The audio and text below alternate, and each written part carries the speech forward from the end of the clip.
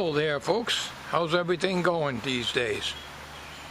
Well, I would say about 25 years ago, we were infested with the gypsy moth caterpillars. And other than seeing an occasional one once in a great while, this year is really bad. A few days ago, I went to one of the Home Depots in my area, and I bought these on closeout. Originally, these were about $5 for 3. And I got them because I have a lot of black ants around here. I since put spectricide granules all around to water it in, but I used to always have a lot of black ants here. So I bought these.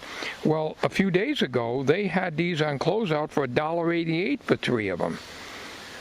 It was only in one of the 2 local Home Depot stores in my area.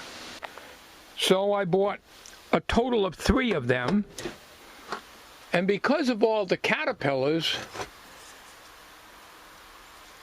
I've used 2 cans already, and I didn't even use them on the ants, because since I put that spectricide down, I haven't seen any big black ants, which is the ones we have around here for the trees, oak trees and stuff.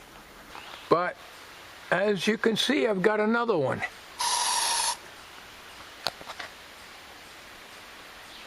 Now, about 25 years ago, I was going around spraying.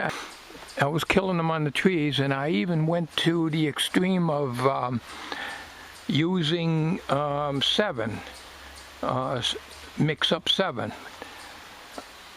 And we even had the area sprayed about 25 years ago. But I used to put the tree tapes all around the trees. I hate those things. They're gross. And the last thing I want to do is step on them and track them into the house all squished up and black all over the rugs. They get on your mats outside and the mats turn black. It's disgusting. Up here I had about 10 of them. When I got up this morning, I checked the shed and there was about 10 of them. I knocked them all out, spraying them. So for every caterpillar you see on the tree, there's probably 1,000 up there on the leaves. Now, I didn't bother this time to put the tape around the trees, but here is an indication of one of the bands that I put down. See that black area here? That was done 25 years ago. There was this black tape that had sticky stuff on it, and it kept the caterpillars from going up the trunk of the tree. Now, we're in Connecticut, so some parts of Connecticut really were hit very hard. So many that the house was covered with caterpillars, and they have to be washed off with a pressure washer, and then a day later they're all back on there again. So far, we're not in that situation. But they're very hard to see. You have to look carefully, and you usually see them in the bark, but they blend in pretty good.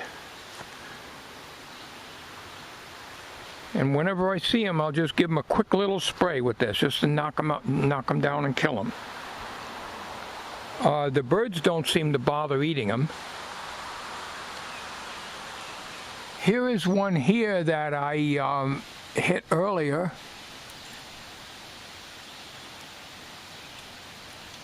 It's dead. And of course, you know, I'm not too worried about it within reason. I just hate them on the house. And of course, I don't want to have them so bad that they're going to be bare trees and no shade at all. I don't think that will happen this year, but I think the cycle may be starting again. It may seem foolish to spray them, but I hate them damn things, and I don't want to be in a situation where I'm stepping on them on the deck. Now, I see them on the deck rail, I get rid of them, because you have to be careful when you walk in the house. And you're walking on the ground, you know, especially with the shoes that I've got. They got like the cleats, sort of. You know, they're not a smooth sole. and they get in between the grooves of your shoes, even though I wipe my feet on the brush out there, and still in all, you bring them in. Here's one up on the window.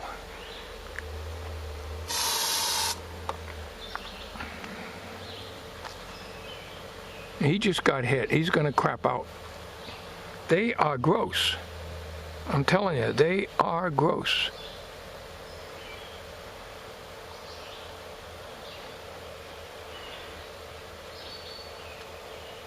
What's the matter, Sammy? You relaxing out here, huh? You relaxing out here? So I got 2 brushes. These were on closeout, regular $15 at Home Depot. In 2015 I bought these. They're like $5. You had to put them together. And the only thing about this is I had to redo the screws, put in bigger screws because they were screwed into the wood, and the wood block where the brushes are on would just fall right off. So I just had to redo to put some better screws in there. You're supposed to bolt this down to the floor with this, but I don't. I just step on one and use 1 foot at a time in it. Another thing that you get is all these little pepper-like things all over here. Of course, we got ants in here too. I don't know where they're from, but we don't eat out on this picnic table. We haven't done it in years. But you get all these pepper things, which I think are turds from the caterpillars, and also the broken oak leaves, pieces of oak leaf. That's all from the caterpillars eating the leaves. They're all over the place.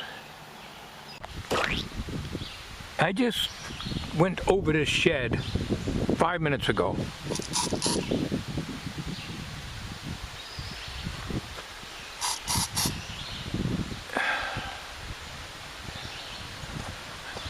This one's dead, I think. Yeah, that one's dead. It's unreal.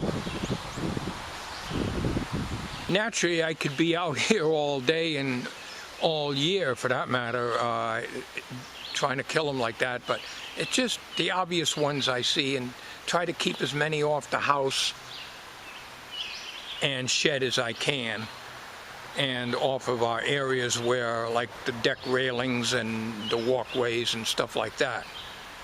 I've seen it worse, but then again, this is only the beginning of June, so things could get a lot worse. I hope not. Now, like I say, 25 years ago, I had this place sprayed at our expense, of course, with 7. Had a professional come in and spray the trees with 7 because we were really hammered with them at least 25 years ago. Then I've bought some 7 back then and did the trees a little bit, but you have to get up in the leaves. From what I understand, I don't think 7 would work once the caterpillars are big like I've showed you on this video. And from what I understand, they come in like a cobweb type of nest that's in trees. I haven't seen any of that yet, but I'm not saying they're not here. It's just that I have not seen them. So who knows, maybe next year will be much worse. By the way, that close-up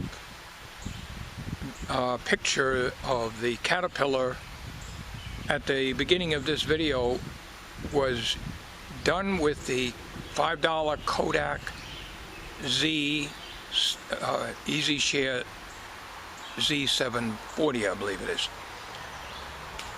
There's a little funny story with that, and that is, for some reason, the battery's indicator where the plus side is, I had the batteries in backwards, because I went by the little diagram on the inside of where you put the double A's. One side says plus, the other side says minus. The one that says plus, I was taking it as positive up. Then I had to take a real strong magnifying glass and a flashlight and shine down in where the battery goes, and it shows you the battery in a little dimple at the end indicating the positive end. That symbol meant the battery has to go in positive down, but yet the symbol showed positive up. I don't think I'll be able to get a close-up of that to show you, but I did download the manual on that, and it does show a little easier which way the batteries go in. For some reason, when I put the batteries in it the first time I got it, it worked, and then it stopped working. I took the batteries out, and for some reason I just kept looking at that positive, and I was putting the plus up, when in reality it meant the plus goes down. It's ass backwards.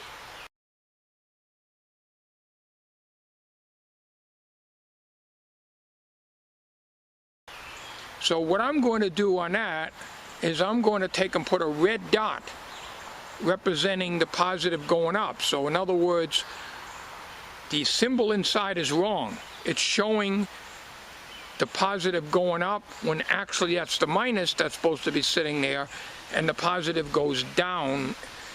It's confusing, but I'll tell you, that camera does excellent close-ups. It's only a 5 megapixel, but it does excellent. But the problem is it's a battery hog. You know, it eats batteries, and I got rechargeables in there, lithium ion, but they're old Rayovacs, 2300 milliamp hours. And the battery indicator, shortly after I start using it, shows up, which means the batteries are ready to die. Just like the Fuji cameras, they don't give you a constant battery indicator. The battery indicator will only appear when the batteries are about ready to crap the bed.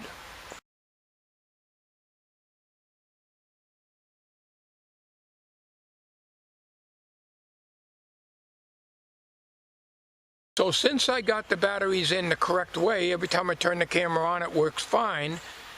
But in the book, it tells you it doesn't recommend using alkalines. It tells you to use lithium ion or a disposable battery, non-rechargeable, which is one of these, I can't remember the number now, and I can't see spending $10 or whatever they are for a battery that is non-rechargeable. So I have these old Rayovacs. They've got to be at least 10 years old, and just sitting on the shelf, they run down and they need to be charged. So they work for a little while in this camera, but like the alkalines, it's not a camera you can take out anywhere and expect it to stay reliable. It works good except for being a battery eater. It is not like the cameras that are out there which have a proprietary battery, rechargeable. Those kind of cameras work much better. It's the same way with a big Fuji that I've got. That takes 3 AA's. It works good, but the batteries go very quick on them, especially when you use a zoom or flash. So I don't have very good luck with cameras that take AA's. They are battery hogs. And you're better off getting a camera that has a proprietary battery, because they seem to put out more oomph. And that's what these things need. So these AA's that I've been using are Rayovac 15-minute rechargeables. I don't even think they make them anymore.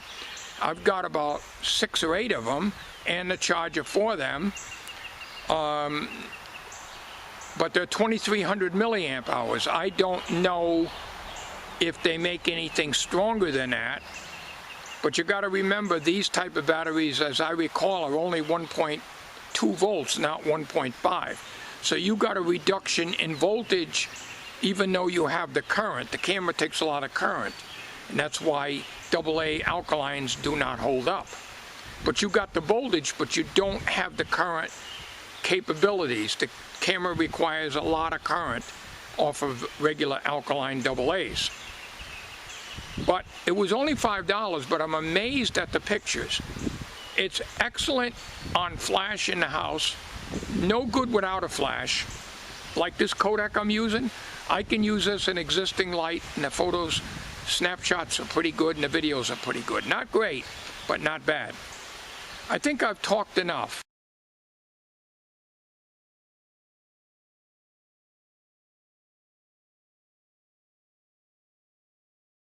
Did you know that your head contains 22 bones? No wonder some people are called boneheads.